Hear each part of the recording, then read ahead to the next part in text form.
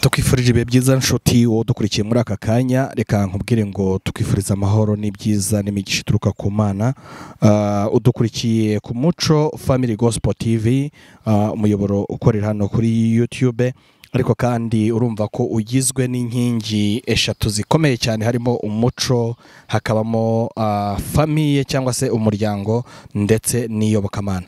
Nk'uko bisanzwe rero muri studio kuri mikoro ya kabiri muri kumwe na Olivier, ariko kandi ndi kumwe na Revera Pasteur Carmela James, muramuzi cyane mu biganiro bikomeye byubatse umuryango. Ariko ngewe uyu munsi munyemerere mwakire mu buryo budasanzwe, ngiye kumusubiza noneho ku isoko nyirizina, uko isoko yavumbutse. Reka rero n'ubundi nawe yinjire asuhuza izi nshuti zacu n'aba bavandimwe, hanyuma tugaruke ku ngingo yacu cyangwa se ku nama yacu y'umunsi. Murakoze cyane nshuti bavandimwe, bashumba bagenzi banjye, banyarwanda, abanyarwandakazi, baturage batuye u Rwanda, kuko ubu ndavugana n'u Rwanda rwose, ndavugana n'isi yose. Nkurikije uko Olivier yahisemo kubikora, n'isi yose ndimo kuvugana nayo. Rero munyemere nanjye mbasuhuze kandi nanifuriza icyumweru cyiza bwana Olivier. Murakoze cyane rwose kandi uhirwe muri byose. Nawe tubisangire. Yego, umugisha buryo ryoho usangiwe. Ni ukuri umugisha. Ariko hari aho umuntu wigize kumbwira avuga ati tujya dukora ikosa ngo mu rurimi rw'ikinyarwanda umuntu kuvuga ngo Imana iguhe umugisha ngo twese hamwe. Reka da, ngo urabanza ukakira, kuko n'ibyawe ni igeno ryawe, noneho nawe ukamugenera irye. Yego kuko ushobora kumusubiza uti rwose nawe nkifuriza amahoro, kuko ntago tuba dukeneye bimwe kimwe nuko tutabura bimwe. Rero urakoze, nsubire ku nsuhuzanyo yanjye n'indamukanyo yanjye. Ndi umupasitoro nk'ibisanzwe, mu by'ukuri kuvuga ngo Yesu ashimwe, Imana ibahe umugisha, ibahereze iteraniro ryiza kuba yagiyemo, ndetse ihe n'umugisha n'abarya bose batari bashobora kubona aho bateraniraga hongera gusubiraho. Ni ibihe bigoranyemo gatoya cyane kubizera, kuko nko mu giturage wasangaga n'ubundi insengero zisa naho ziri ku rwego rumwe. Rero kuba zitujuje ibisabwa n'ubundi byaranganaga. Ubwo n'ubango byagendeye hamwe byose. Rero ubwo urumva byagendeye hamwe kujya kubanza kwitekerezaho no kuzuza ibisabwa.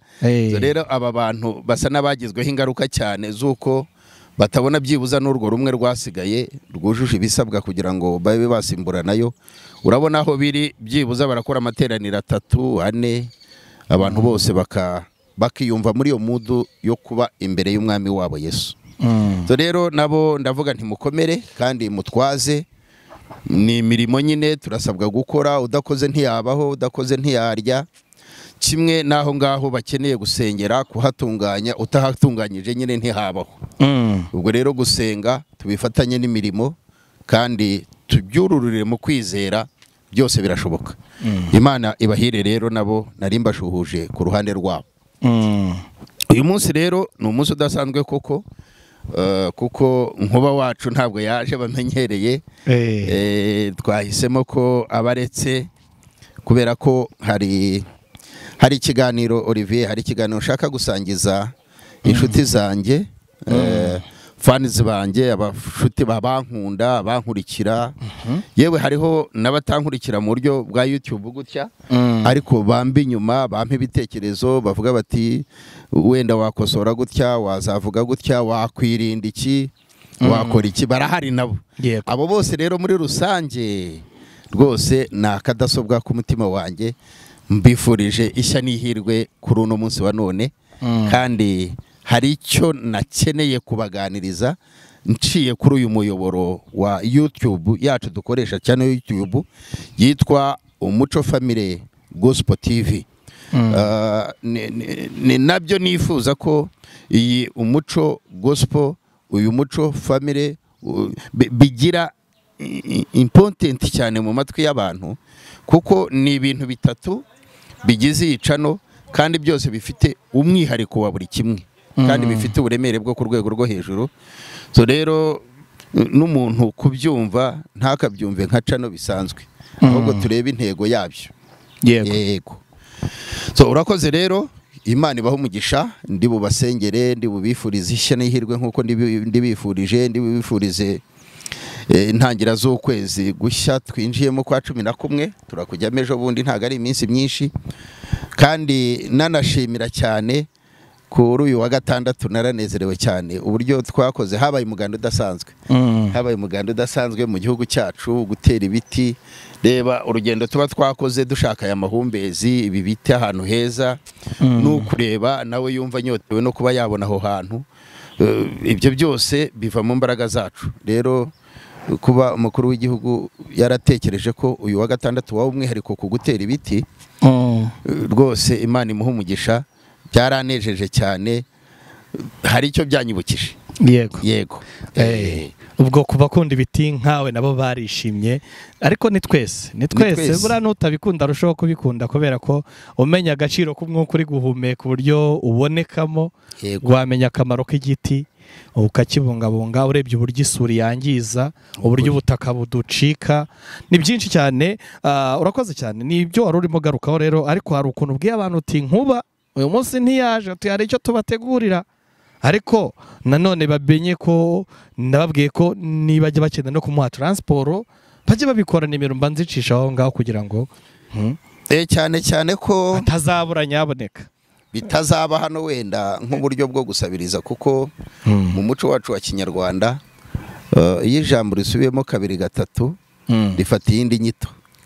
Ariko ukuri guhari, kuba umuntu yaba mu buntu butangaje, ntawe utabaho mu buntu butangaje. Twese tubona bwira bugacya, ntacyo tuba twatanze kugira ngo tubeho. Uyu munsi nimba hari umuvandimwe watashye, mu by'ukuri si uko atari nge wari butahe, ariko ni amahitamo y'Imana. Rero umuntu ahita atekereza akavuga ati ese kuki yanshigaje nkaba ndiho? Kuko iyo tubabaye turimo gushyingura henshi burya niho twihanira. Ugasanga burya nkunda kwigisha inyigisho yo kuguherekeza umuntu witabye Imana, kuko nsa n'uwihimuye ku bantu. Ndababwira nkababwira Ikinyarwanda bavuga ngo nakari murori, kuko hariya imitima yacu iba yamenetse, buri wese ababona urupfu imbere ye. Icyo wamubwira gukora ako kanya, abantu bashaka bafite inyota yo gushaka kumva, n'abantu ahubwo ntaza kuyobora ibisambo kujya guhemukira abantu. Ariko hari ahantu rwose babateka mutwe bagenda bakahakorera amahano, ariko igihugu cyacu kiba kiri maso, n'inzego ziba ziri maso. Ariko icyo nari mbivugiye, nari mvuze ngo kuburiho bibyaza umusaruro.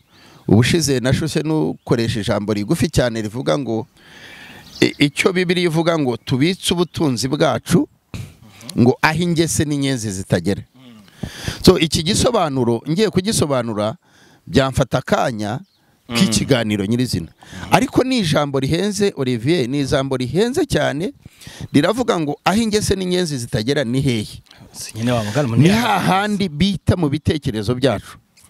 Ni ukuvuga ngo ijambo ry'urukundo rwose ahantu ribikwa, ijambo ry'urukundo ahantu ribikwa, uretse wowe ubwawe kuba waryiyangiriza, nta kindi cyajyayo ngo kiryangize. Urumva? So ni mu bwiru bw'Imana. So rero kuba wafata amafaranga yawe runaka yakuvunnye ukavuga uti ariko kuki aba bantu ko barimo kumfasha, ko barimo kumfashiriza abana banjye ejo hazaza, ko barimo gufasha abanyarwanda, society cyangwa se umuryango nyarwanda, ko barimo gufasha abashakanye nyirizina ku mibanire, kuko iki ngiki ntago abantu baracyumva, kuko ntago turigisha nyine. Turacyabahendahenda kugira ngo batwumve, badutega amatwi, batanga ibitekerezo byabo, ariko ibitabo birahari. Nigeze mbabwira igitabo mfite kivuga ku bagore b'intwari 10, ariko n'ibigwari birahari. Urumva? Ntabwo rero abagore bose ari ibigwari, nta nubwo abagore bose ari intwari, kimwe no mu bagabo.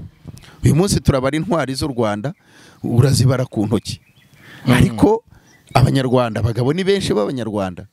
Urumva? Kubera iki se intwari tujya kuzibara tukazibara ku ntoki, ugasanga ni 10 20?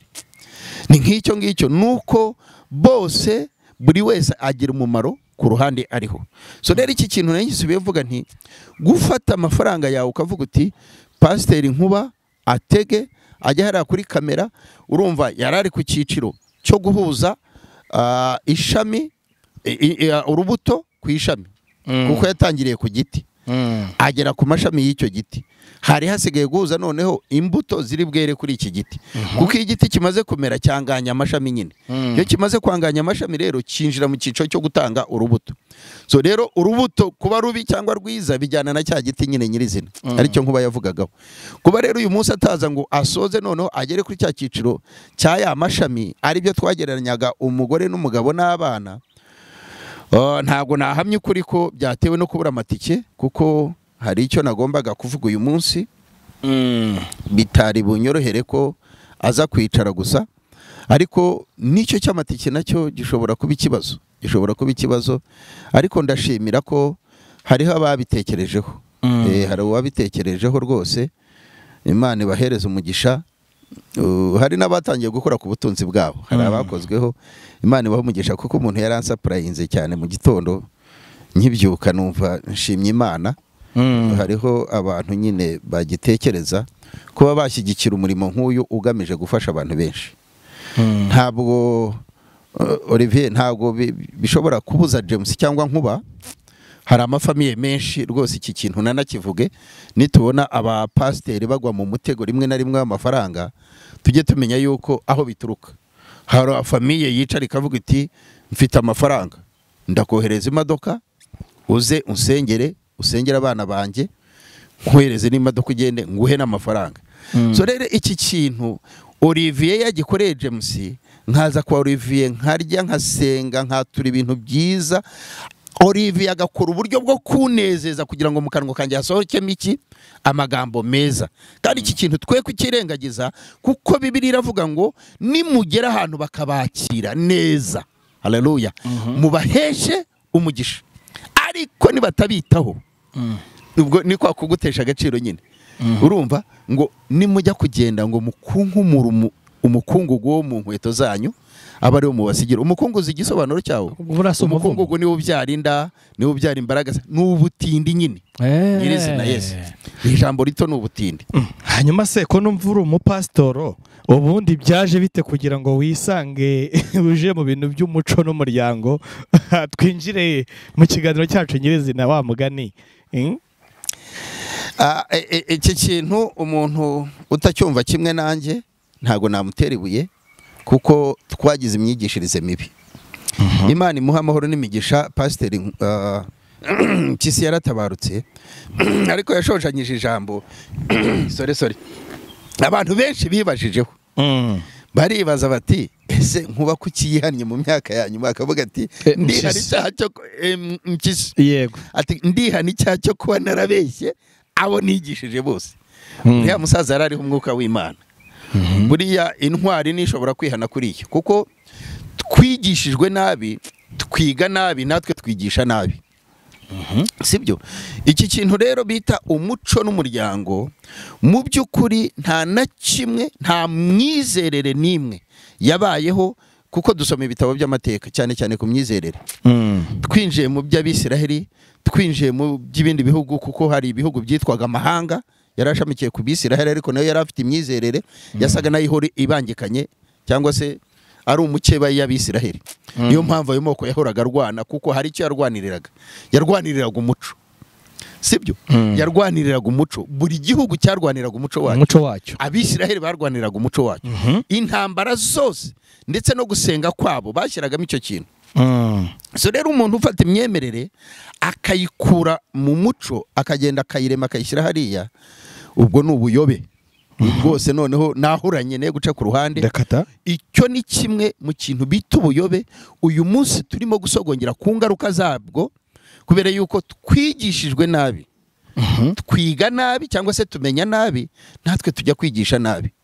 So rero kuba abantu bakosora, habonekamo abantu 2-3 bashobora gukosora kuri iyo myigishirize yabayeho, ntabwo ari igitangaza. Nanjye ntago ngiye kuvuga ngo uyu munsi ndakosora inyigisho uburyo yigishijwe nabi 100%, kuko ubushakashatsi buracyakorwa. James nabonye ubwuno munsi bwo guhuza umuco n'umuryango, nkabibonamo ishingiro ryo kumenya Imana nyakuri, kuko iyo dukeneye kumenya ngo ese Imana nyakuri ni iyihe, urumva, iyo dukeneye kumenya ngo ese gukorera Imana nyakuri ni ukuhe, ese kwemera imana nyakuri ni ukuhe? Icyo ni ikibazo umuntu yemera idini afite imyaka 5 akazarinda agera ku myaka 100 nk'iya Nkuba akibaza icyo kibazo, kubera iki kitabonerwa igisubizo? Ni kwa kwigishwa nabi. Ariko rero nsubiye ku kibazo nyirizina, nahisemo inzira bita kwigisha umuco w'umuryango, byo shingiro ryo kumenya Imana, kuko nagereranyije ko nta kintu kibaho ngo kirambe kidafite itegeko rikigenga. Sibyo? Ihame ryo kwemera Imana rigengwa n'icyo bita umuco, niryo tegeko rigenga ihame ryo kwemera Imana, ni umuco. Kuko ibyo nabisobanuyeho gusubira mu biganiro umuntu aba yaratanze. Rero rimwe na rimwe hari igihe biba atari byiza, ariko nanone nta nyigisho idasubirwamo, kuko yose tuyigisha tujabagura nyine bitewe n'igihe tuba dufite. Inyigisho yose tuyigisha tujabagura, kubona isubiraho nta kibazo. Navuze ko itegeko shinga ry'Imana yashyiriyeho ikintu bita umuryango. Ikimara kurema umuryango yawushyiraho n'amategeko awugenga nyirizina. So rero aya mategeko agenga uyu muryango n'uyu muryango dusa naho twabirenze, none tujya mu cyo bita umugambi wo kubaho k'uyu muryango. Ni nk'ari cyo abantu bihitiyemo kuvuga. Ni ukuvuga ngo Imana irema umuntu yari iremye igisingizo cyayo. Ni nk'ukuntu umuhanzi ashobora kujya hariya agahanga igisingizo cyo kuririmba cyangwa se gushimira Kagame. Haleluya. Perezida Kagame ntago yajya hariya kiriya gisingizo ngo akihimbire, kuko aba yisingije nyine. Nibyo bita ngo kwishyira hejuru. Ariko wagomba kubona James uvuka hariya agashaka igikubyo ahereza umukuru w'igihugu, wenda gishingiye ku butwari bwe bwo guhagarika jenoside gusa, nubwo ari byinshi ibyo twamuvugaho. Sibyo? None iki kintu kigasingiza perezida imbere y'abandi bantu, kirata ibyo perezida yagize ate yakoze. Ni nako rero Imana yaremye umuntu, umuryango, ishyiraho umuryango kugira ngo uyu muryango uyiremere igisingizo. Kuko niyo mpamvu iyo dusomye Bibiliya iravuga ngo nta kindi twaremewe ni ukuyiramya no kuyisingiza cyangwa se kuyinezeza. Sibyo? So rero irangije iravuga iti uyu muntu kugira ngo iki gikorwa azagikore kandi akirambemo, reka mushyirireho kondisiyo ibimuyobora, iyobora nzira. Sibyo? Ishyiraho ikintu bita umuco. Uyu muco rero waje gukora iki? Waje gutandukanya umuntu n'ibindi biremwa byari byashyizweho. Nubwo buri kiremwa kigira umuco wacyo, kuko nk'abasura ingagi mu Rwanda ubona yuko zifite umuco wazo wihariye utandukanyeho n'izindi nyamaswa, itandukanye natwe y'abantu. Ni nayo mpamvu twebwe abantu ari twe twahawe umwanya rukumbi wo kurema igisingizo cy'Imana, gusingiza Imana yacu. So rero kuvuga ngo Imana iremuye umuntu yari ifite iyihe ntego? Yari ifite intego imwe rukumbi yo kuvuga ngo uyu muntu ni uzanezeza. Noneho rero ikosa aho ryakozwe n'iki, ntaje gukosora uyu munsi, n'ejo undi muntu adashobora gukosora, ariko bitatubuza kuvugaho kugira ngo hagire ababimenya. Sibyo? Nuko gushyiraho umuryango, impamvu Imana yashyizeho umuryango, ishyirwaho ry'umuryango. Yes, biboneye inyito nziza. Ishyirwaho ry'umuryango twararirenze. Konsiyo y'umuryango turayirenga, tujya noneho kuri, ni nko kuvuga ngo vision y'umuryango ni abantu biyigishirijeho. Intego nkuru y'umuryango byari ugusingiza Imana. Ubwo bisa nkaho twibagiriwe cyangwa twirengagiza icyo Imana yari ishyizeho gikomeye ijya kure mu muryango. Ni ukuvuga ngo Imana icyatumye irema umuryango nicyo twe twahisemo kuvuga gusa. None iremwa ry'umuryango n'inkomoko y'umuryango turayirengagiza, kandi aho niho tugwa sasa. Yes, ni ukuvuga ngo kubera icyo umuntu atandukanye n'inyamaswa, kubera icyo Imana yabitandukanyije, kubera icyo Imana itatumye uyu muntu witwa Adamu wa mbere agenda akaryamana n'indogobe bakabyara bakororoka. Ahubwo ikazi gafata icyemezo cyo kuvuga ngo uyu muntu reka mukuremo undi usa nawe. Iyi nyuguti yonyine kumuremamo undi muntu byari ugukumira wa muco, kugira ngo utivangamo ikindi kintu umugambi ifite kuri uyu muntu ukazaburizwamo. ese pastor turi ahangaha ibi bintu ni Imana yabiguhishuriye n'ubushakashatsi wakoze ni ibitabo wasomye tubwire bundi ibi bintu biraturuka he birava he birajyahe? Ukuri guhari buri muntu, abanyarwanda nibo babivuga neza ngo umuntu arivukira.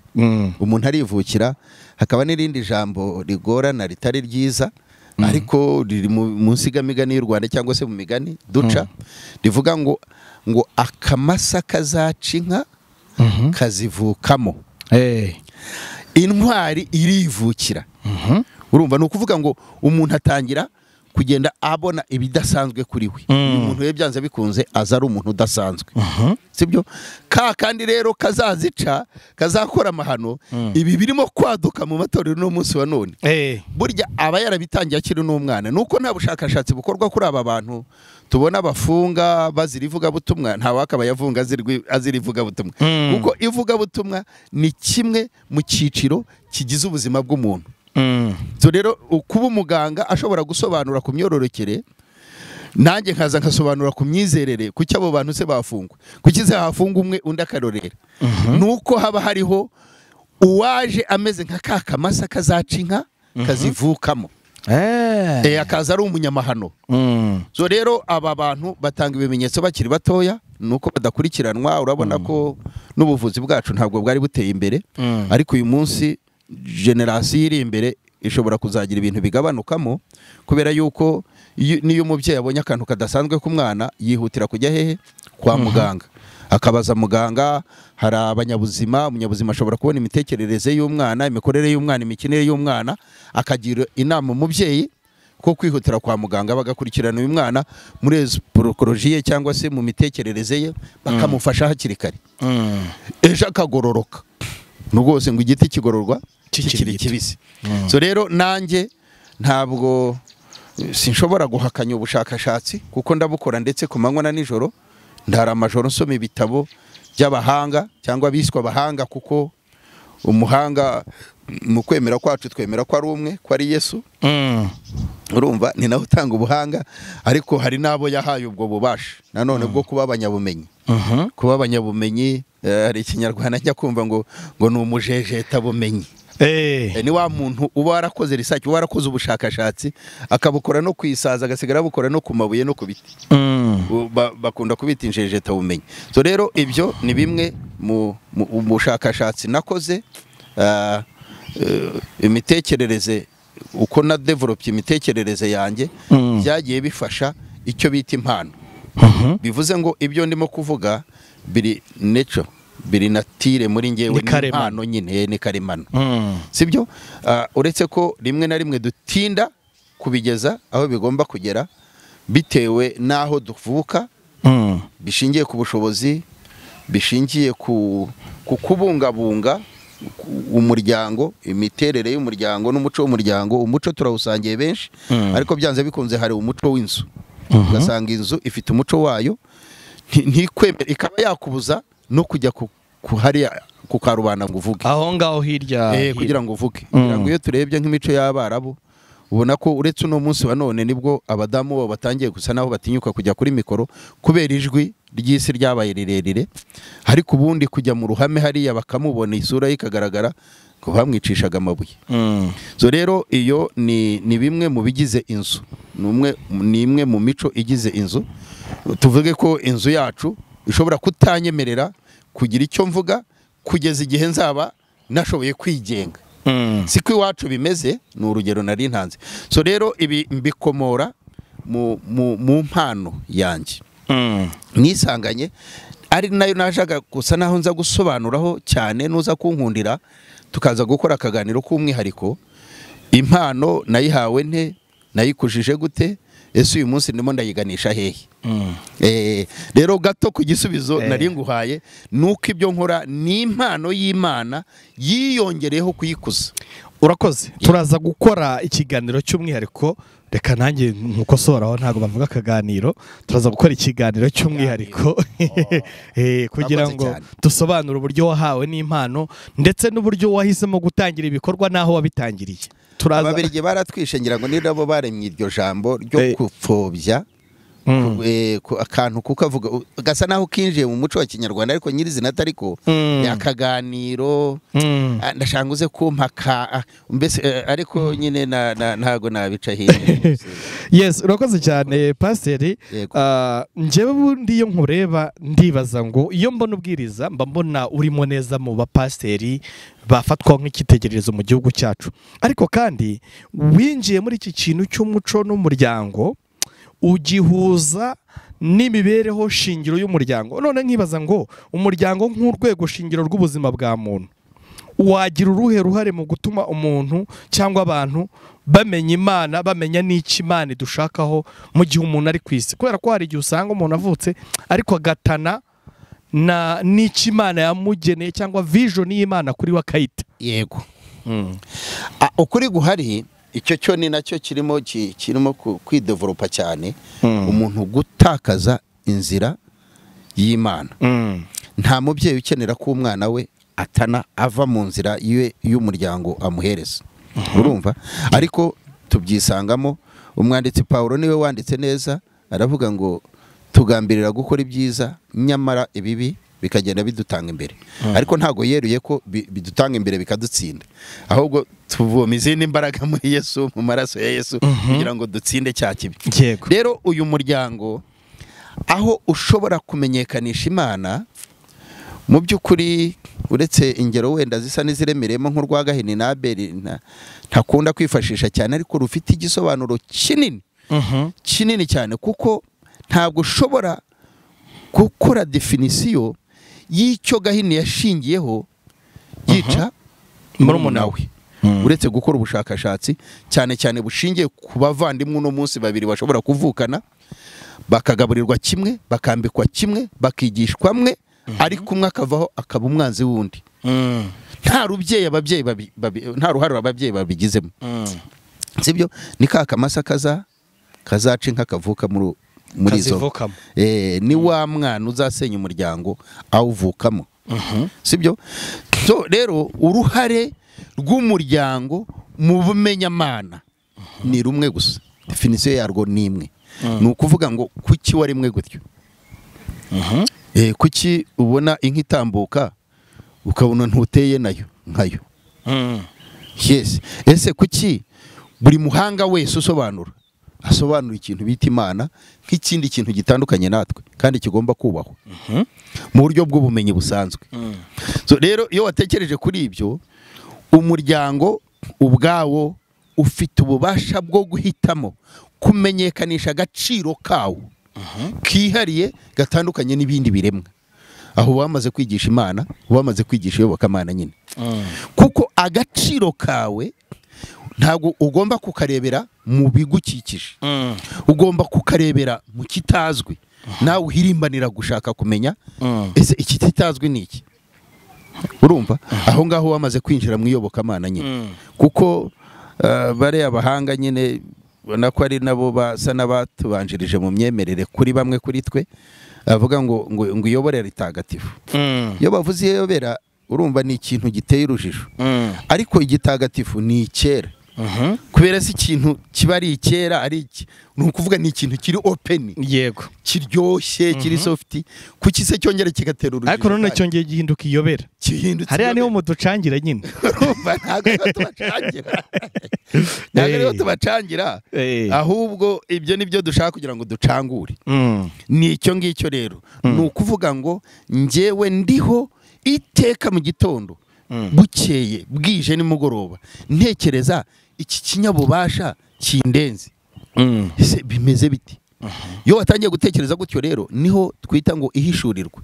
Ugenda ubwonko bwawe buri developa, bugatangira gutekereza ibintu byo ku rwego rwo hejuru. Ibyo bikagutera noneho gukora ibirenze iby'abandi barimo gukora. Iki kintu wakoze rero kirenze icyo abandi barimo gukora, ejo nicyo kigaruka kigafasha uyu muryango. So urumva rero umuryango deje wamaze kurema inzira zo kwigisha Imana nyirizina. Rero ntabwo ushobora kuvuga ngo hanze y'umuryango undi agacunga umugabane we neza agamije ubwo muri make dushobora kuvuga ngo Kahini yabayeho atekereza ku byo afite ku iterambere ry'ibyo afite. Abeli abaho atekereza ngo ese iki kintu kubera iki ubundi ntateye nka runaka iki ntateye igiti. Urumva yashorera inka buriya yarabaraga akabara imiterere y'amabere n'amaguru akibaza kuki ngewe ntameze nk'iyi nka kandi uwaturemye ari umwe. So aho rero niho Abeli yadevelopaga ibitekerezo bye. Ni ukuvuga ngo akura yumva yanezeza yahirimbanira kumenya kiriya kintu. Guhirimbanira yo kumenya Imana buryo burimo kuyinezeza kuko ubuyikorera ubuyihereza umutima wawe ubuyihereza ubwenge bwawe. Niho Bibiliya ivuga ngo tumuhe ibitekerezo byacu imbaraga zacu n'ubwenge bwacu n'umutima wacu. Ibyo Imana yamaze kubifata rero uba urimo nyine. So rero Abeli ubona ko nicyo yadevelopaga muri we. Yibazaga kuri Imana akibaza iki kinyabubasha akareba ibyaremwe akabona itandukaniro ryabyo. So hariya rero niho bita guhishurirwa. Niho hatumye akora ngo icyiza cyanejeje Imana. Ntabwo ari ituro nkuko turibara biriya aba ari urugero ubundi. Kuvuga ngo yatambye inyana y'umushishe Imana irayishimira. Inyana z'umushishe se nose Gahini we nimba yarahingaga bagize ngo izo nka ni yarazifite yarazifite. Ariko biriya aba ari urugero yari butanga inka. Kuki se yajyaga kwica muri umuntu we kuki atasubiraga inyuma ahubwo agafata 5 nimba undi yatanze 2 akavuga ati nanjye murushesha bakajya muri yo competition yo kumenya Imana no gukunda Imana. Ariko siko byagenze.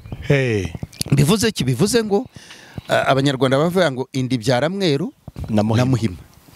Sibyo ishobora kubyara ufite ibitekerezo byaho nyine kuri iyo nzu akumva nta kantu k'iwabo kasohoka akumva ntiyahereza Olivier cyangwa aze gukora ikiganiro abanyarwanda babeho mbese akumva yabungabunga ahangaha. Bene uwo muntu tumugeranya n'ifiri mu mazi. Burya ngo iyi firi mu mazi ibibona isi ari ukwingana nyine. Iyo yoze kagera ku nkombe yumva yuko isi arahigarukiye ariko ntabwo ari isi garukiye. Kurema kw'Imana rero ntabwo kwari kugarukiye ku itoro rya Gahini. Kwari gukomereje ku itoro rya Abeli ryo gukomeza wibaza ngo imbere hameze gute. Ese nakora iki kugira ngo imbere hazarute hano. Ese nahamenya gute. Ibi nibyo rero abantu benshi bavuga ngo Kagame aratangaje. Ni kuriya rero umuntu arivukira. Urakoze cyane muri ibyo byose utegura biremereye maze icyumweru ndi gukurikirana kuko nanjye sinari mbizi neza ariko maze iminsi ndi kubikurikirana mbona wagize n'uburyo bwo gushinga ikigo kizafasha mu gufasha imiryango cyangwa se mu mibereho myiza y'umuryango. Hanyuma ngiye ngisesenguye nsanga harimo kwigisha abagiye gushinga ingo abantu babana mu makimbirane nsanga bifite naho biri kugenda biburana na politike za leta. Uvuye mu gipasitoro ugiye muri politike za leta cyangwa byose bizajyana dusa nk'uduhuriza icyo kigo n'imikorere y'imirongo migari y'igihugu cyacu kuko nabonye uyinjiramo cyane. Imana iguhereza umugisha cyane.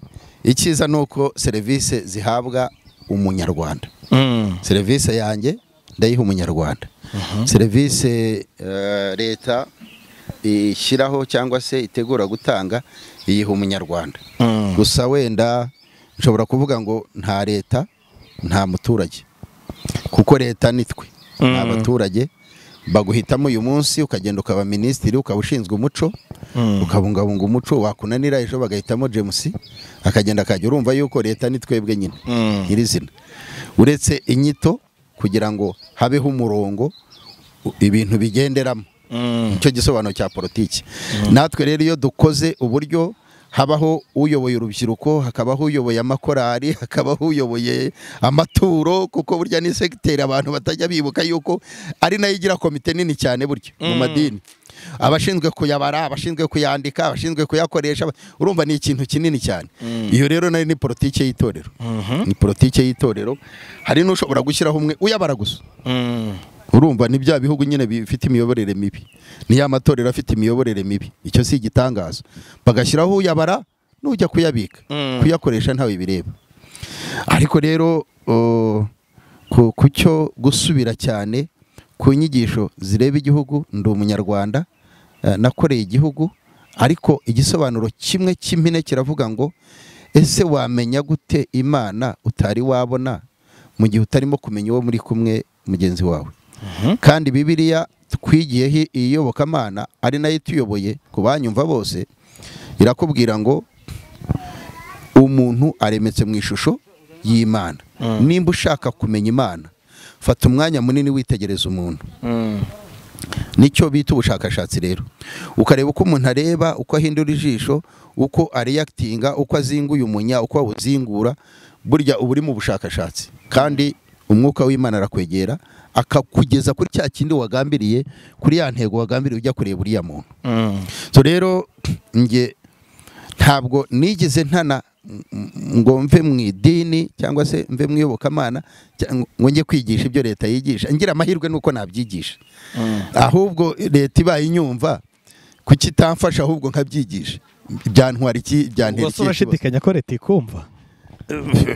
Kunyumva ni ikindi, ariko no kunyizera nabyo ni ikindi. Ahubwo navuga ngo kuki itanyizera ngo impereze njye kubyigisha koko. Kuko ikintu bita umuco, mbere y'uko leta igishyiriraho itegeko cyangwa se ikibungabunga, hari Imana yagishyizeho. Niyo mpamvu navuze ngo hariho itegeko ry'Imana riyobora umuryango ryitwa umuco. Itegeko ry'igihugu riyobora umuryango ryitwa itegeko nshinga, rishingiyeho byose. Ibirimo byose byibereye muri Bibiliya. None se ubwo urumva Kagame nawe ni pasteur, nimba ajya gushyiraho itegeko nshinga, kuyobora abandi mu gutegura itegeko nshinga, ugasanga ibyo yivugiyeho byose bibumbye Bibiliya, kuki se watari umuhanuzi? Kuki atari pasteur? Ariko wenda nanakavuge kubanyumva, ubunze umuhanuzi mukuru w'igihugu ni Perezida Kagame. Umuhanuzi mukuru w'itorero burya ni umuyobozi mukuru w'iryo torero. Umuhanuzi uwo ari we wese, ububasha yaba afite bwose, impano yaba akoreramo iyo ari yo yose, sibyo? Uri mu itorero adashobora guhanurira munsi ya pastor, ubuhanuzi bwuzi ko buba bugawe. Uzi ko bugawa, kurumva ashobora no kurenga imirongo migari. Yes. So rero wa muhanuzi ukomeye mu gihugu, wa munyabwenge ukomeye mu gihugu, atarafata ibi bintu ngo abicishe muri perezida, aba ari umuyobi. Burya aranarwanya bari igipinga cya politiki cyangwa se cya system. Niyo mpamvu wumva ngo igipinga cya leta ni iki se? Ni umuntu wumva ko afite icyo yamarira abanyarwanda, akumva yagicisha kure na Kagame akajya kugikora. Gute se? Muzihe nzira se? Ahubwo si izo nzira zo umugisha wumva utegerejemo n'uwuhe? Ntawo, kuko Imana yatoranyije ambasaderi wayo mu Rwanda imugira Kagame. So abandi bose ni bahungu bafataga Mose amaboko bakayazamura, batwebwe.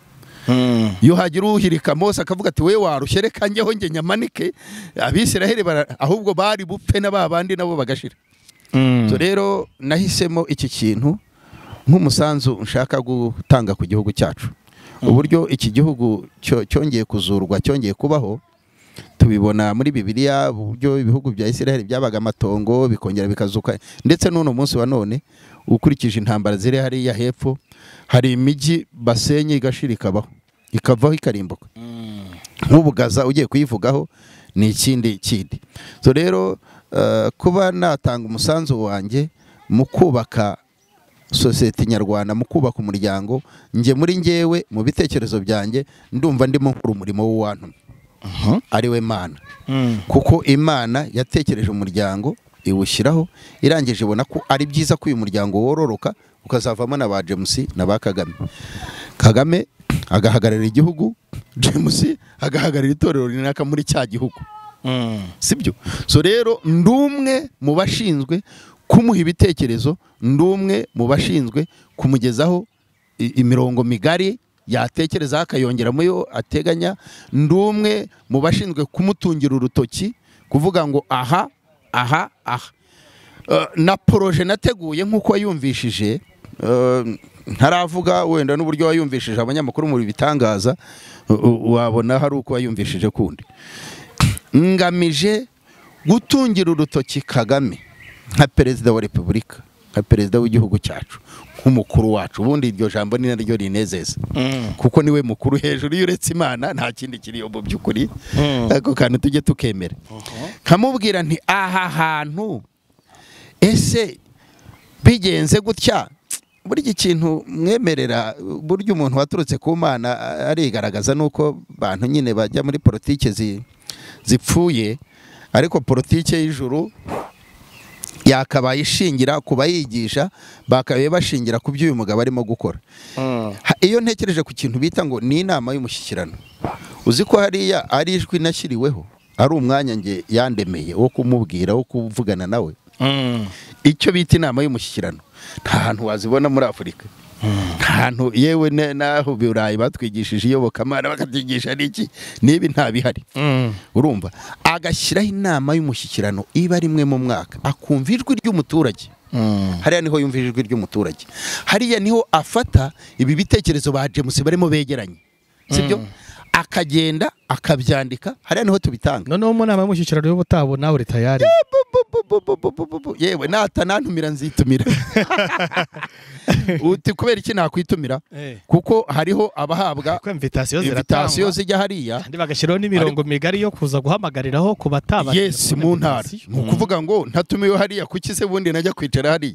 Nagiye ku ishami bashyizeho, nimba inkorera itorero ndikorera Kayonza Iburasirazuba, bashyize Rwamagana cyangwa Ngoma, ntange nkajyamo kandi nkiyandikisha ko bari butanga igitekerezo, cyane ko aba bantu barimo kwandika imirongo migari iri buvugwe bagenda bareba ifite important, ifite igisobanuro nyine. Kuko ntabwo ushobora kuvuga ngo uyu mushinga ndimo gutegura uwo ari we wese, nimba wowe wumvishije none ahangaha usa naho kushyira mu bikorwa bitari mu nshingano zawe, urakureba ariko ntibiri mu nshingano zawe. Hari meya uri hariya, sibyo, wumva yuko uyu mushinga ishyirwa mu bikorwa ryawo riri mu nshingano ze ubwe. Ariko wenda turi kugana ku musozo w'iki kiganiro, kuko rumva tuzagisandaguza cyangwa se tuzadevelopamo ibiganiro binini, kuko ni cyane yuko tutarigisha nyine tugikora ibiganiro. Ndibaza ngo uyu munsi nkurikije uburyo mbyumva, none ahangaha baguhamagaye bakavuga bati twabaho turatomboye, tubonye umuntu none ugiye kudufasha kugira ngo iyobokamana rimaze iminsi rigiweho igitutsi, cyane cyane ko itoroshi ryatunzweyo ryagaragaje ibintu byinshi tutabonaga cyangwa rimwe na rimwe twatinyaga kuvuga ariko bibi. None uyu munsi uraje uti dore aho byapfiriye, uhatunze urutoki.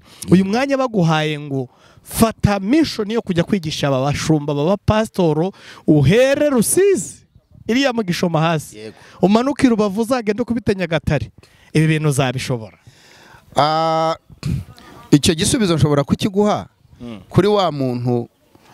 Hari agatekerezo nzakavuga mu gihe cyo kuvuga ku bikorwa bihambaye cyangwa se by'indashyikirwa Perezida wa Repubulika yakoze, ngo haraho mu mbuto yamubwiye ngo ariko se ko muri bakeya murumva muzafata iki gihugu? Niko kuvuga ati se kuguca intege nyine ku buryo utakuraje y'urugamba. Arangije abona umusaza afite ibitekerezo bye nk'ibya Abeli byarenze ibya Gahini, aravuga ati ubundi nguhangaye. Urumva uyu muntu yarushushe naho ashaka kugura projet ya excellence yo kubohora abanyarwanda. Bo yaguraga uburenganzira bwo kubaho kwacu, ngo dukomeze twe kubaho kubera icyishu agiye kwishyura. Rero icyo gisubizo nanjye navuga ngo hari ahantu ntabwo Kagame yakoraga wenyine, yari afite abamufasha benshi kandi batandukanye. Nanjye rero iki kintu unanakivuze ahubwo usa naho urimo kuvuga projet yanjye niko ipanze, ahubwo hano ngiye naba nibwiriye RGB hakiri kare, ntejo bundi ninjyayo bazanyakire na yombi. Yombi ni slogan ya RGB, ariko na RGB nayo irayikoresha kuko ishinzwe imiyoborere myiza. Bazanyakire na yombi kuko nibo nkeneye gukorana nabo, sibyo, mu buryo bwo gushyira mu bikorwa iyi nyigisho barimo kudusaba kwigisha. Sibyo, kujya hariya bakabidusaba ntabwo bizakorwa, kuko na 2018 bafunga amatorero barabidusabye. Kuki se byongeye bigafata 2025 kugira ngo bongere baze gufunga amatorero? Iyo nyigisho itarigishijwe. Igihe kirageze rero yuko batangira gushyigikira ba bandi bashobora kujya kwigisha abandi, kuko guhinduka bwana Olivier, transformation ni urugendo. Ntabwo bucya mu gitondo ngo abantu ngo umuntu wamenyereye kwigisha ngo nimuzane ibya 10 n'amaturo mu nzu y'Imana, sibyo, uyu munsi ngo abakozi b'Imana babeho. Uyu munsi ushobora kumubwira ngo oya, vuga ngo nimuzane ibya 10 n'amaturo tugere ku iterambere nyakuri, ntabwo byambozamo. ariko ukuri kuwabishyizeho nicyo cyari igisobanuro. Sibyo? Nimuzane ibya 10 n'amaturo inzu yanjye itaburamo ibyo kurya. Byari bivuze iki? Byari bivuze ngo abasenga babe bari mu mutuzo, babe babona amazi yo kunywa, bakora iyo suku. Ubundi nicyo gisobanuro cyari iriya turo nyine. Muzane ibya 10 n'amaturo inzu yanjye ntikaburemo iki? Ibyo kurya. Indushyi iruhukiremo. Mbese no kuvuga ngo uru rusengero rwari ruje gufasha leta, gufasha gutera inkunga. Sibyo? Abarushye n'abaremerewe ni musanga ndagira gute? Ndabaruhura. Izi ni soroga z'ijambo ry'Imana zigombye gukoreshwa mu gutransforma inyigisho mbi tujya mu nyigisho nziza. Sibyo? Kuko inyigisho twayigishijwe ari nziza 100%, ariko tuyigishwa muri kolonisme nyine, mu buryo bwo kudukoloniza. Babimenye ariko batabikora. Babyumve ariko be kubisobanukirwa, be kubishyira mu bikorwa. Yes. So icyo rero nicyo nshaka kusa naho mwitura RGB, nkayibwira ni projet ni ishami rimwe nzakorana na RGB. Wenda ne kubivugira hano kuko RGB sindayisaba audience ngo yihinyimye ngo njye gusobanura iyi projet, ariko niho hambere ahubwo noneho nzabanza kujya kwisobanura. Mbahereza umurongo w'ikintu kimwe gikomeye RGB nk'ikigo gishinzwe imiyoborere myiza mu Rwanda cyagombye kwitaho, kandi kiri out of church, kiri hanze y'itorero ariko gifite ingaruka ku itorero. Ikintu bita ubwunzi. Urumva ubwunzi tububona muri Minisiteri y'Ubutabera. Ariko kuri guhari ubwunzi ni ijambo rigombye gukora kuri sector zigira nko muri 6 zigize igihugu cy'u Rwanda. Ubutabera, ubumwe bw'Abanyarwanda, imiyoborere myiza, kuba smart. Urumva ibyo byose biragenda. Umuco w'u Rwanda bakemuraga gute ibibazo byabo. Sibyo? N'ubwunzi. Ubwunzi kuki uyu munsi birimo kugaragara mu ishusho y'ubucamanza, kandi ubucamanza ni ubutegetsi. Urumva ubucamanza ni ubutegetsi bwite bwa leta, ntabwo ari ubuyobozi bwa leta, ni ubutegetsi. So rero RGB nk'uyu munsi ngize amahirwe iyo akaba ari nayo inyibwirira. Urumva kari soft no kugasobanura karoroshye, nuko atari ko nazanye kuri iyi mikoro, ariko ni ikintu gifite impact ku buzima bwa muntu bw'uyu munyarwanda dushaka ko agera aheza muri iki cyerekezo cya 2050. Imbye akagera ku kigero cy'ibyishimo bye bya nyuma. Mbigereranya n'imibonano y'abashakanye. Ariko bavuga ko n'umuririmbyi burya ngo atajya asaza ngo bituma n'umuntu adasaza. N'abakora imibonano neza bishimye nabo ntibasaza burya. Kandi ibyo byose biri muri sector tugomba kwigishaho. Rero igisobanuro kimwe nuko kuva Rusizi kugera Nyagatare nshobora no kuhagenda umunsi umwe, kuko hari ijwi rirangurura, hari igicano. Urumva Umuco Family Gospel TV ubwo ishobora kumfasha muri transport, nkajya kugera Rusizi nsanga twinjiye mu cyiciro cy'ibibazo bari bubaze inyigisho yo yagezeho kari. Urumva? So rero na kantu kari soft kuri ngewe, akabura rako kantu ko kuvuga ngo uhawe ikibari, uhawe icyangombwa cyo kuganira kuri iyi nyigisho ku bantu ushinzwe, kuko mu amatorero ari mu byo RGB isinzwe.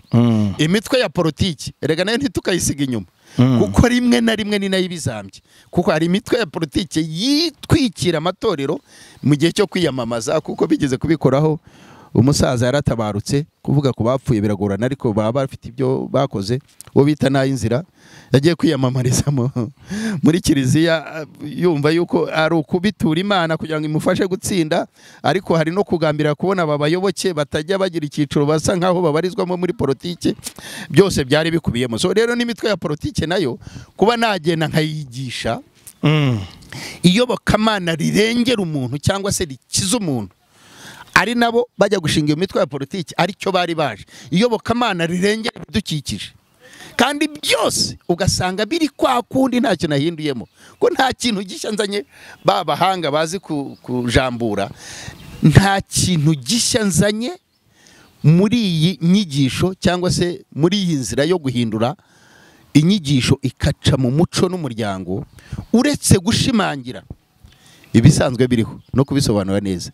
Aricyo Yesu yavuze ngo ntago nje gukuraho amategeko ahubwo nje kuyakomeza, ariko kuyakomeza ni ukuyamenyekanisha. Icyo cyari kivuze kayasobanukirwa kugira ngo abantu bayamenye. Noneho nuyamenya usigare wirwanira n'itegeko ryawe, hatariho umuntu uri buze kukwica ko wakoze amahano, ahubwo itegeko ubwaryo ariryo rizagutsindisha.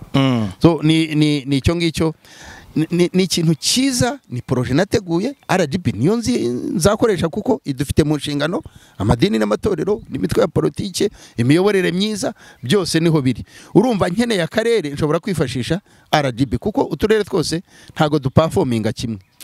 Byose rero biterwa n'abatuyoboye n'ubundi. Ushobora kujya mu karere ujyanye ikintu nk'iki gishobora gufasha abaturage giciye mu kantu gato katari busabe meya kuzenguruka akarere kose, ko bita ngo umugoroba w'ababyeyi. Sibyo iryo jambo ririvugwe mu mugoroba w'ababyeyi bikagira impinduka kuri ako karere. Ariko meya akagukumira yumva yuko hari ikintu uzanye mu karere ke, banza ujye hari usobanure, ugasa naho ugiye kuri 4 na 5 kubazwa 4 na 5. Urumva? So rero iyi RGB niba yamaze kunyumva bizanyorohera ko nzajya njya kureba meya kugira ngo iki kintu nkiganirize abakuru b'amadini mu karere ke, kuko abifiteho ububasha, mbiganirize aba bakuriye imiryango, mbiganirize ba mutwara sibo cyangwa se abanyabuzima. Meya yamaze kunyumva nyine yumva yuko biturutse ahantu hasobanutse, ubugenzuzi nabukorewe, nawe ashyire hake. Ntago mvuga ngo niyakire ngo akira akarere ngo ugende ngo uvuge ibyo ushaka. Oya, kuko ndi umuntu hagomba no kubikora ubugenzuzi bwimbitse bakareba, ariko akaganisha ku nyungu z'abaturage, apana kukurengera ingoma ye. Rwose icyo sinagica ku ruhande. Yes, urakoze cyane. Mu kiganiro cy'ubutaha ndarikira abantu ko cyane ku mushinga nyirizina, aho uteguriwe, iki kigo kizakora gute, kuko waranabitangiye already. Inyigisho zaratangiye. Ese imfasha nyigisho wateguye ni izihe? Umuryango ugiye kunguka iki? Itorero rizunguka iki? Igihugu kizunguka iki? Reka mu kiganiro cy'ubutaha tuzabyinjiremo turebe kuri izo mpande zose, ndetse tunagenda tunagaruka kuri impact positive. Ni iki bigiye kumarira societe, nicyo bigiye kumarira igihugu, nicyo bigiye kumarira. Na negative tuzayivugeho rwose nta kibazo. Na negative ntago yabura. Yego, ntago yabura.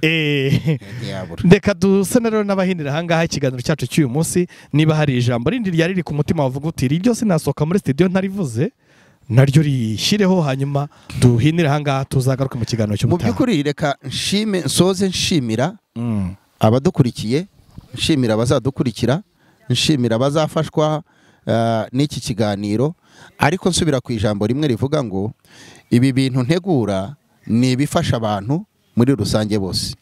So ntabwo ari inyungu yanjye bwite n'umuryango wanjye, nubwo ari twe bibanze nyine nyirizina. Aha rero ndashaka kuvuga iki? Ndashaka kuvuga ngo wowe unkurikiye, wowe unyumva, ndakwinginga mu buntu bw'Imana, ndakwinginga mu bumuntu bwawe, ndakwinginga mu bushobozi buke ufite cyangwa bwinshi, kuko uri uko nguko nyine uteye. Gira icyo ukora, hagararana na James muri iyi nzira, kuko ntabwo nanze kwigisha kure inyigisho iyo ari yo yose. Si uko ntazigishiriza kuri iyobora nzira, nzahigishiriza ningera igihe cyo kwigisha. Ariko uyu munsi ndacyavuga nti ese ye hari abanyumva, hari ijwi rinyumva. Ese wowe unyumva uteguye guhagararana gute nanjye? Niki witeguye gukora kugira ngo ibi bintu nshaka gushyira hanze, nshaka kwigisha abantu bishobora kugira icyo bihindura? Kuko impinduramatwara ntago zisaba kampani nini, ntago bisaba groupe nini z'abantu. Iteka bitangirira ku muntu umwe, ejo bigafata kuri society nyinshi cyangwa se ikaba groupe nini. Nabitangiye ndumwe. Uyu munsi ndimo ndabwinjiza mu mushinga murimo kumva mvuga. Uyu mushinga uzaba uyobowe n'abantu. Urumva ufite structure. Hari abayobozi bawo, hari abashinzwe ibikorwa ibi nibi, hari abarimo bazigisha ibyo ngibyo, hari abo twamaze guhugura, hari abazaba bagihugurwa. So ndagusaba mu buntu bw'Imana mu nkorera ibi bintu ndimo kubasaba. Icyambere, mumfashe kugira ngo iyi cano, uyu murongo nkoresha ufitanye isano n'ibyo nshaka kwigisha. Ni nayo mpamvu nawubatse murabizi abansha bankurikiye nawe Ruvingira ngo urabizi nabanje guca ku mateleviziyo urumva nkigishiriza kuri televiziyo nkabona bibaye amasigara cyicaro ndavuga kubera iki ntashyiraho cano yitirirwa iki kintu izayobora iki kintu kugeza ngeze kuri hahandi twebwe abihaye Imana turavuga ngo ni ukurangiza inshingano nkuru ni intego iri mu mutima wawe yayindi Kagame avuga ati muri iyi manda nshizemo ibi ngibi ntarabirangiza ntabwo iyi manda izandyohera sibyo nibura ndifuza kuzarekura intebe y'umukuru w'igihugu mfasha igihugu nkiteretse ku cyo Bibiliya ivuga ngo ni kuri ka gasozi aho urangurura buri wese akakumva ijwi ryawe rikagera kuri so aho niho twitwa ngo ni ukurangiza inshingano nkuru kugira ngo ndangize inshingano nkuru Imana yantumye navuze nti kuki ntashinga cano one ifite inyito cyangwa se content y'icyo ndimo kuvugaho niyo muco umuryango noneho niyobokamana si ibintu bitatu bigize televiziyo ni reba ngwino urebe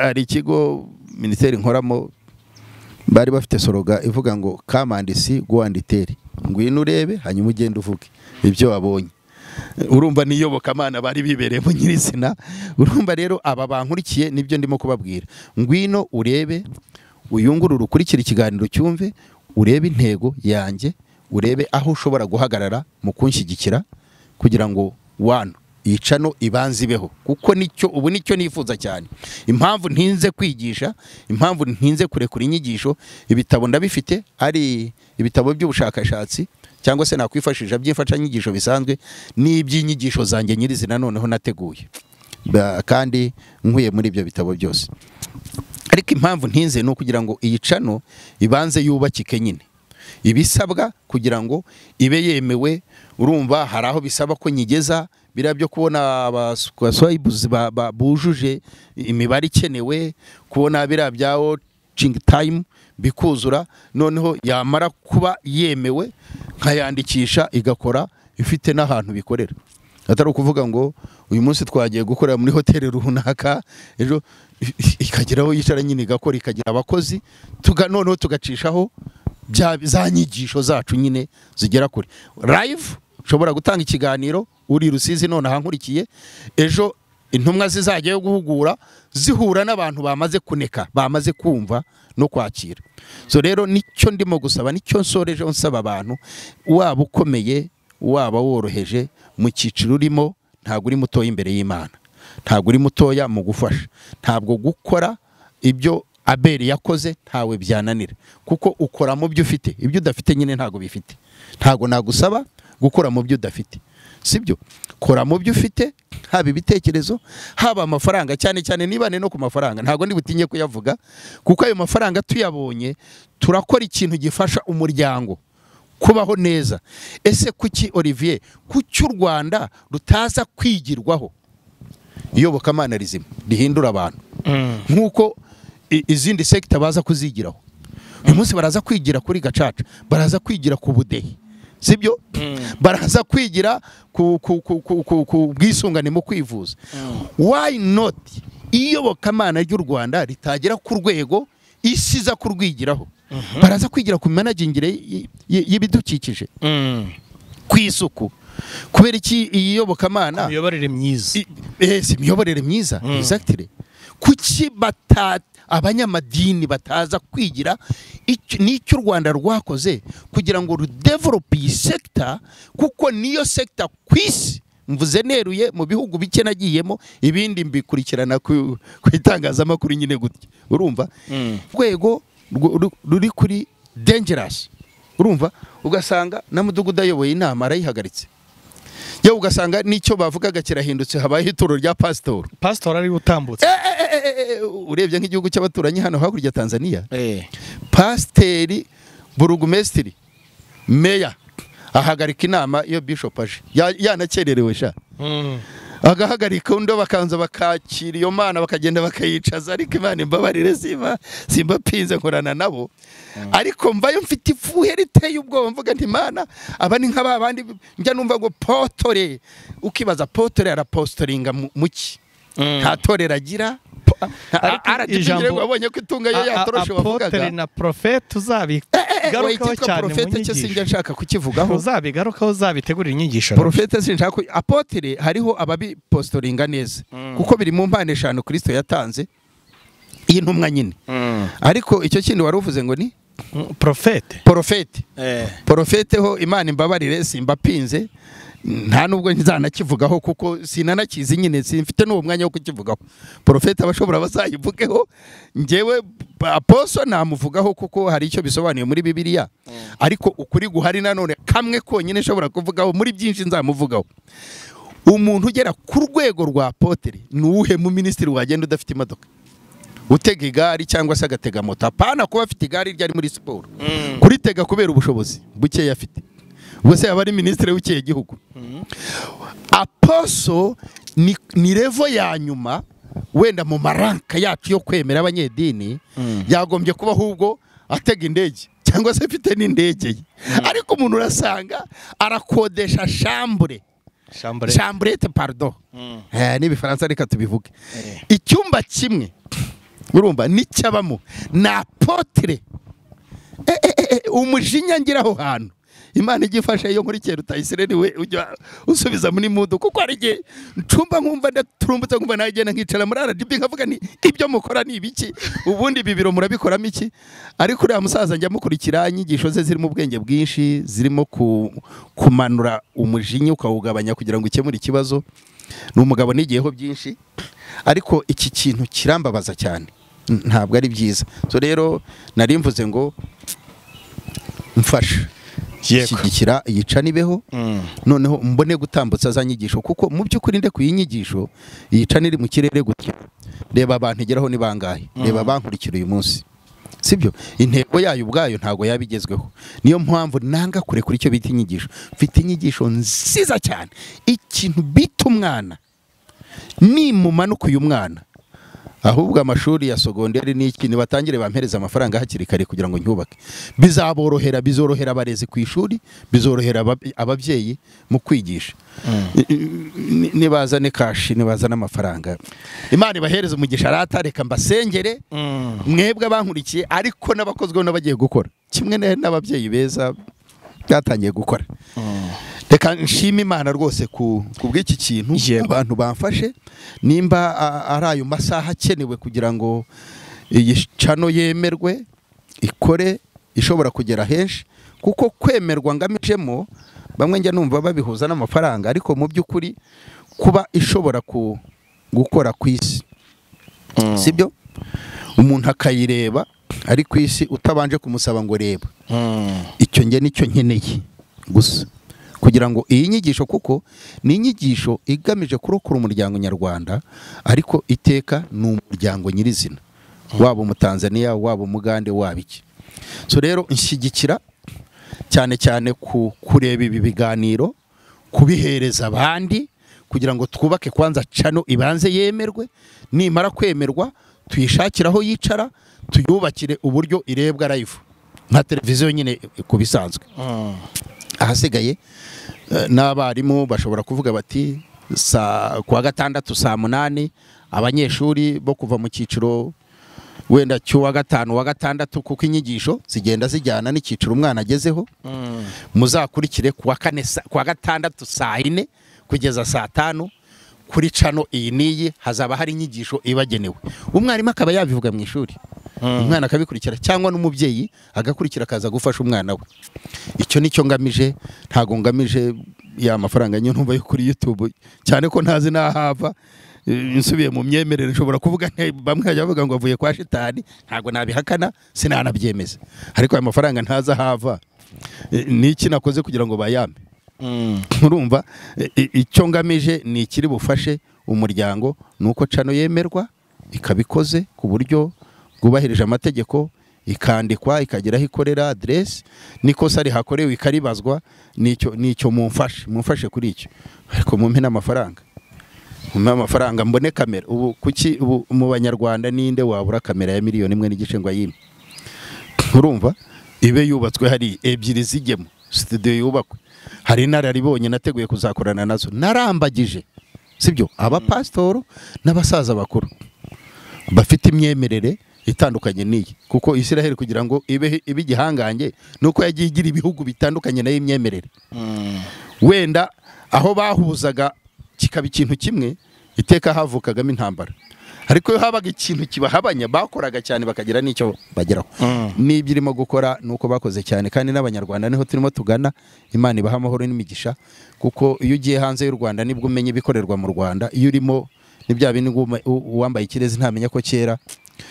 Iyo ugiye hanze y'u Rwanda umenya u Rwanda aho rurimo kujya hariho, ni naho umuntu asoroma ibi byose. Reka rero mbashimire, mbasabira n'umugisha, ariko mutekereze cyane kwa kundi nababwiraga uko Abeli yatekereje, kugira ngo ugire icyo wunguka nuko ugenda utekereza ku byo ushaka kumenya biri imbere. Mana ndagushimye ku bw'aba bantu bankurikiye kuri iyi cano, bankurikiye kuri iyi nyigisho, bankurikiye kuri aya magambo meza nabasobanuriye, kuri uyu mugambi ngambire wo gufasha umuryango wawe waremye ukunze ukawiyitirira, ndetse ukawugumisha mu gituza cyawe, ukemera no gutanga umwana wawe w'ikinege kugira ngo yongere awusubize ku murongo. Birashoboka yuko Kristo Mwuka Wera bakorera muri nge kugira ngo nsubize uyu muryango ku murongo, ndetse umusemburo ntago bisaba kuba ikintu kinini, ni akantu gato kagenda gakura gakuza n'ibindi. Nyagasani Mwami Imana, nshobora kuba umusemburo muri iki gihugu ku mitunganyirize y'imyizerere y'imyemerere mu gihugu cy'u Rwanda, ejo bugacya byakwiriye hose. Hari ubuhamya bwinshi dufite kuri ibyo. Rero nsabiye umugisha buri wese umpesheje umugisha mu bitekerezo byanjye, umpesheje umugisha mu mwanya arimo, umpesheje umugisha ku butunzi afite, umpesheje umugisha ku kunshyigikira kugira ngo iyi cano ibe professional, ibe yujuje ibisabwa, ishobora gukora n'uburyo bwa live. Nyagasani Mwami Imana, abo bose ubahereze umugisha, kuko nanjye ndawusabiye. Nyagasani waravuze ngo abo tuzasabira umugisha bazawubona. Mu izina rya Yesu abo mbasabiye umugisha.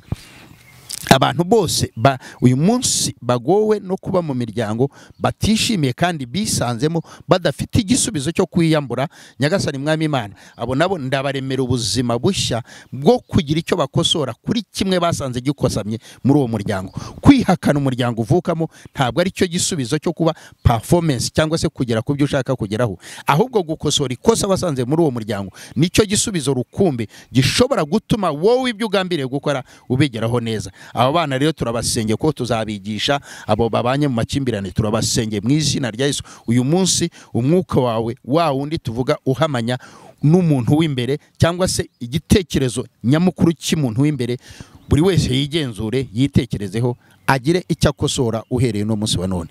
Mbahesheje umugisha mu izina rya Yesu. Abagiye kuduha kamera dushobora gukoreraho, abagiye kubakira studio nziza dushobora gukoreraho, data abo ni abantu bawe waduhaye, kandi abo nibo dusangisha ubu bubasha. Izi nyigisho zirimo ubutunzi buhambaye cyane, burenze kure aya mafaranga mbasaba yo kubona izi kamera, burenze kure izi studio cyangwa se ibi biro dusaba kugira ngo dukoreremo, birenze kure iyi center dushaka kubaka kugira ngo twakiriremo abantu. Data aba bantu tuzakira nibo bazaba bategetsi b'ubutegetsi, aba nibo bazaba bategetsi b'imiryango, aba nibo bazaba bategetsi data ba continent bisi cyangwa se b'igihugu. Mu izina rya Yesu rero ibyo mbasaba ni bikeya, ni ijambo rimwe rivuga ngo ni igitonyanga mu nyanja, kuko ibyo bazavomamo, ubumenyi bazavomamo, ingaruka nziza bazakuramo nizo zifite agaciro cyane kuruta ibyo uno munsi ndimo kubasaba. Rero nuko batera umutima, hagurutsa 4 5 6 bashobora guhagararana n'iyi cano ikabaho, ikaba yemewe. Hari ababifite mu bubasha, hari ababikora bukira bugacya byarangiye, ariko abo bose mbahurije imbere yawe mbasabiye umugisha. Hari ababigezeho bashobora gushyigikira ibi ngibi, hari televiziyo zitandukanye zigisha ibi ngibi, ariko hari icyo bita kugorora, hari icyo nagororamo nabo kikabafasha. Ngaho tuma bandeba, tuma banyumva, tuma bumva igitekerezo cyanjye bakizamura kugira ngo kigere data kuri cya kindi nise ngo ni herezo ry'intego yanjye, nibyo kurangiza inshingano nkuru. Urakoze, ndagushimye, nsabye nizeye mbyambaje kubugasi kuri umwami wacu. Amen, amen. Abankurikiye muvuga amina, ababyemera muvuga amina, n'abatayihamya amina tuyihuriraho ku madini yose. Niyo mpamvu ariyo nikoreshereje kugira ngo ntagira ongusha. Rwose mwese muvuga amina, kandi amina itanga inyungu. Imana ibahereze umugisha. Murakoze.